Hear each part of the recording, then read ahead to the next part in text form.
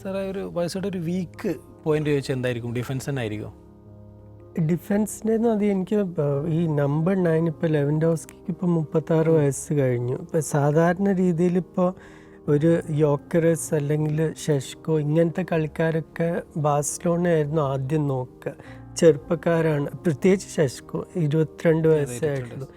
അല്ലെങ്കിൽ ഇസാക്കി പീക്കിൽ നിൽക്കുന്ന കളിക്കാർ, യോക്കറസ്, ഇസാക്കി ഇങ്ങനത്തെ കളിക്കാരെയൊക്കെ ബാഴ്സലോണ നോക്കുമായിരുന്നു. പക്ഷെ ഇപ്പോൾ അവർക്ക് അങ്ങനത്തെ കളിക്കാരെ വാങ്ങാനുള്ള പൈസ ഇല്ല. അത് കാരണം ഒന്നുമില്ലെങ്കിൽ അക്കാഡമിയിൽ നിന്നുള്ള കളിക്കാർ വരണം.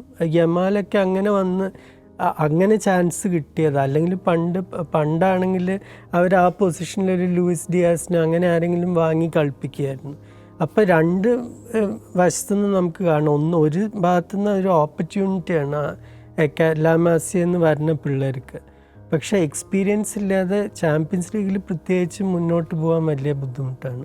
നമ്മൾ വയസ്സെന്ന് അവർക്ക് കിട്ടിയ തിരിച്ചു വന്ന് നിക്കോ വില്യംസിൻ്റെ കാര്യത്തിലാണ്. അത് സഡൻ ആയിട്ടാണ് ഇല്ലാന്ന് ലാസ്റ്റ് ടൈമിലാണ് അറിയുന്നത്. കൂടാതെ മറ്റൊരു പ്രശ്നം എന്ന് പറയുന്നത് ടെർ സ്റ്റേഗനുമായി ബന്ധപ്പെട്ടാണ്. ടെർ സ്റ്റേഗൻ നമുക്കറിയാം ഒരു എത്രയോ വർഷങ്ങളായിട്ട് മൈസൂരിൽ അവിഭാജ്യ കിടക്കും. ചാമ്പ്യൻസ് ലീഗ് വരെ ആരാധകർക്ക് ഭയങ്കര സ്പൈഡർ എന്നൊക്കെ വിളിച്ചിരുന്ന ഒരാളാണ്. എന്താണ് ഈ രണ്ട് കാര്യങ്ങൾ അവർക്ക് എന്താണ് സത്യത്തിൽ സംഭവിച്ചത്? അല്ല, നിക്കോ വില്യംസിൻ്റെ കാര്യത്തിൽ കളിക്കാരനെ രജിസ്റ്റർ ചെയ്യാൻ ഫണ്ട്സ് വേണം. ഇപ്പോൾ അവരിപ്പോൾ ചെയ്തിട്ടുള്ളത് എന്താണെന്ന് പറഞ്ഞാൽ കഴിഞ്ഞ ഡിസംബറിലൊറ്റ ഭാവിയിൽ വരാൻ പോണ കോർപ്പറേറ്റ് ഹോസ്പിറ്റാലിറ്റി ബോക്സിൻ്റെ അതിന്ന് കിട്ടാൻ പോണ വരുമാനം പണയം വെച്ചിരിക്കുകയാണ് ശരിക്കും.